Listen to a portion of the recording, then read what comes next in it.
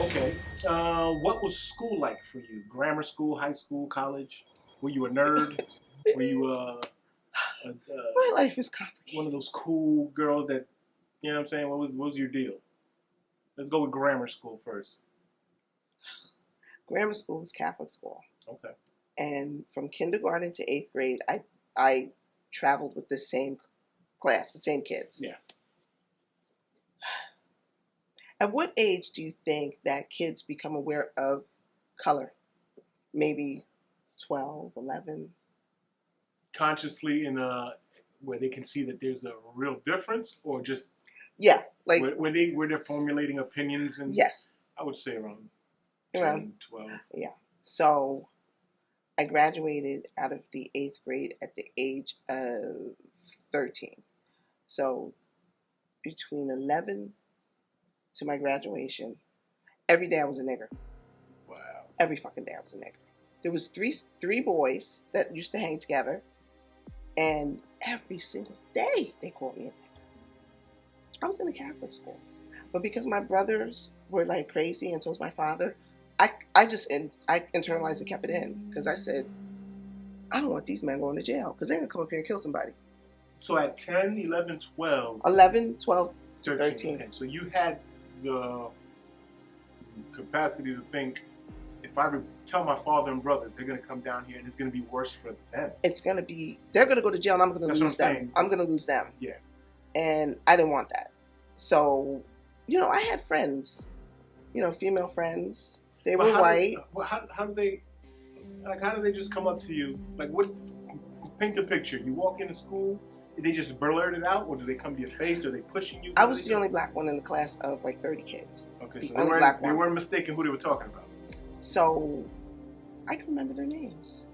Shout them out. It was Timothy, Fuck Timothy. Frankie, and this other one who was from Venice. Where was he from? Venezuela. He was from Venezuela. His name was Julio Bacasella. Fuck Julio. And he was like, what are you doing? Because I had the mindset to know, like, if you're in a Hispanic nationality, you're just as black as me in your history. In your history. But now you're asking them to know their history. Right. But because I guess he didn't want to be ridiculed, Mm-hmm. he joined in with them. So I'll take a perfect instance. Every Friday we had to go to church, and that was like down the street from the school. So we lined up, girls lined, boys lined, and if they were in the back of me, they'd be like, "You fucking nigger," spitting on me,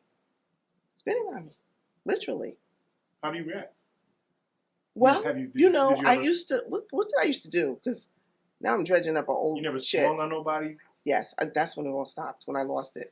What did I used to do? They used to spit on me, right? But I didn't know. So the girls in the back, they were like, "Renee, there's spit on your shirt." Like, they were like, "Oh my God," the white girls. They were my friends, but oh my God, look what they're doing.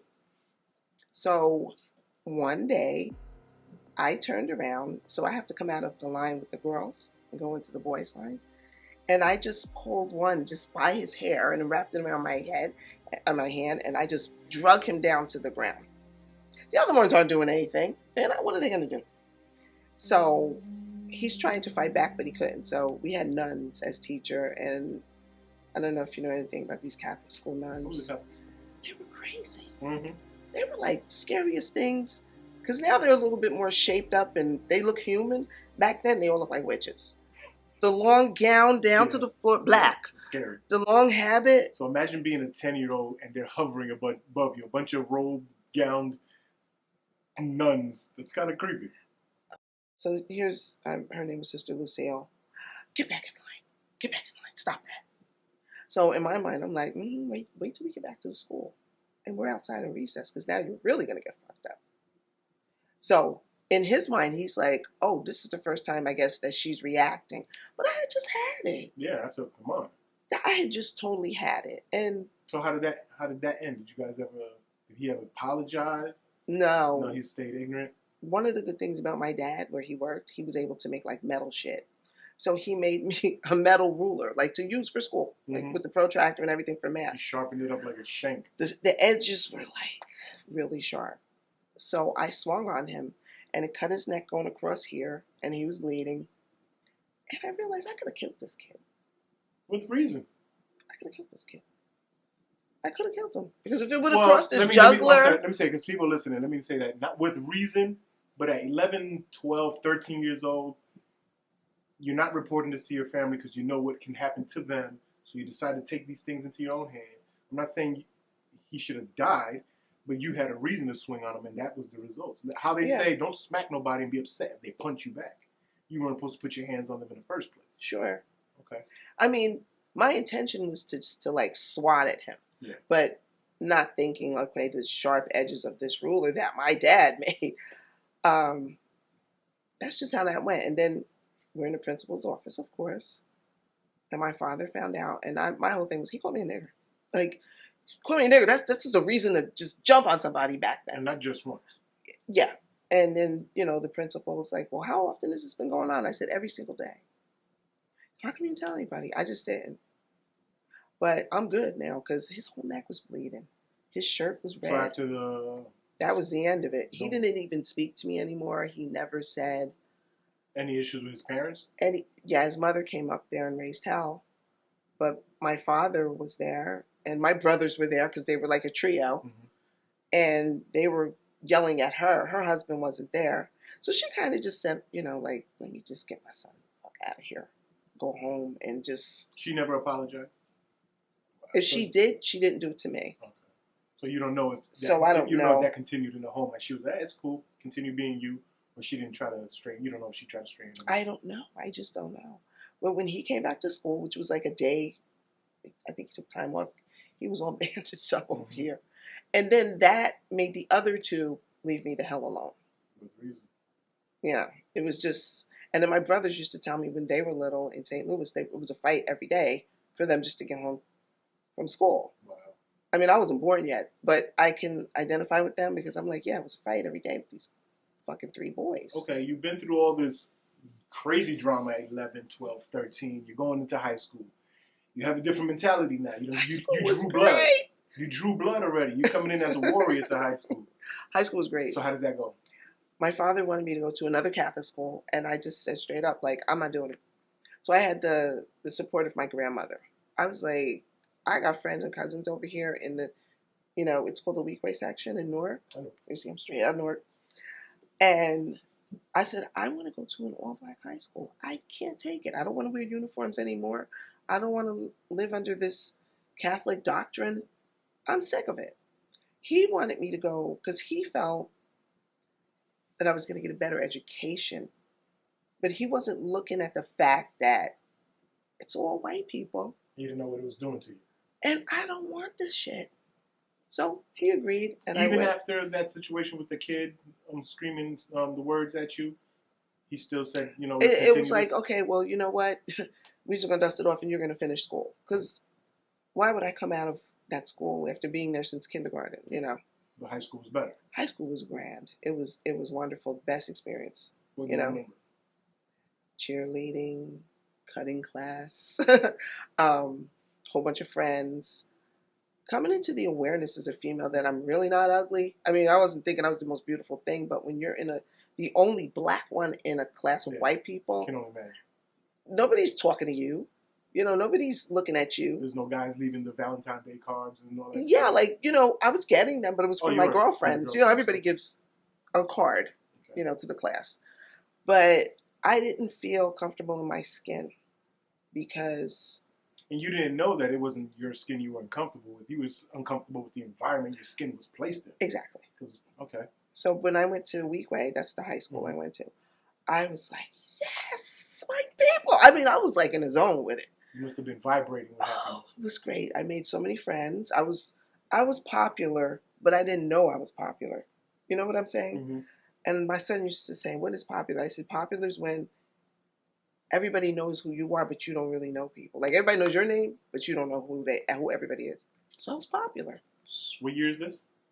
77 to 81. What's the music? Slave. Slide was a song. Kool and the Gang. What else? The Gap Band. Definitely the Ohio Players. A lot of disco. Disco, the Tramps, Disco Inferno, Yeah. Okay. Stuff like that, College.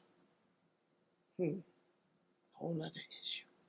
So I doing this. We're skimming through it. If we want to come back and delve into all No, the no, nooks and it's crannies easy. and under the bed and all the craziness No, that no, happened, no. we could do that. It's an I just easy trying to conversation. get a quick just pass over college. College, we could do that in like 2 seconds.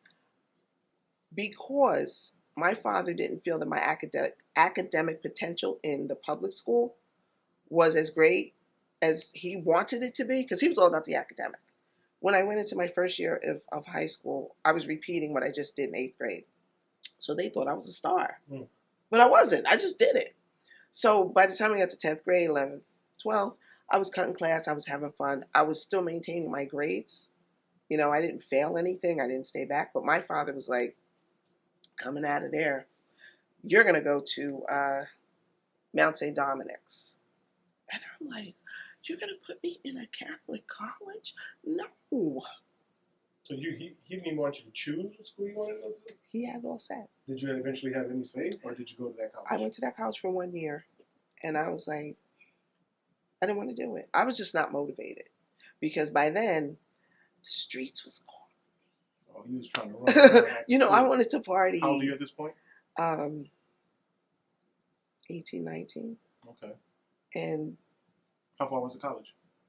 It was in Caldwell, New Jersey, so it was a bus ride away, 45 minutes. And then I stayed on the dorms, which my roommate was a party animal. She was a little older than me, and I couldn't get no studying done. I was there for psychology, which I love the topic. I still love it. But party city, all girls. Why are you putting me here? That's not the party you want. And I'm like, he's like, oh, so you concentrate. But do you realize that all girls are always talking about boys? Mm-hmm. So I did that for a year, and I said, look, I love you, Dad, and I appreciate the money that you put into this, but I need to do something else. He's like, okay, the next time you go back to school, it's on you. Okay. You went back to college? I went to business college. Okay. And that was great. You know, I did the business school thing. Business college, that's mean like a trade type thing? It's typing, how to be a secretary. Okay. I did the, the stenography when they type in the courts. Mm-hmm. You know, I had that. I had proofreading. It put a lot of stuff under your belt, which my dad was more like, always have something under your belt that you can do. So I did that, and I did financial aid, and I paid for it. And once I came out of there, I was good. You know, I had my papers, and I can go get a job anywhere.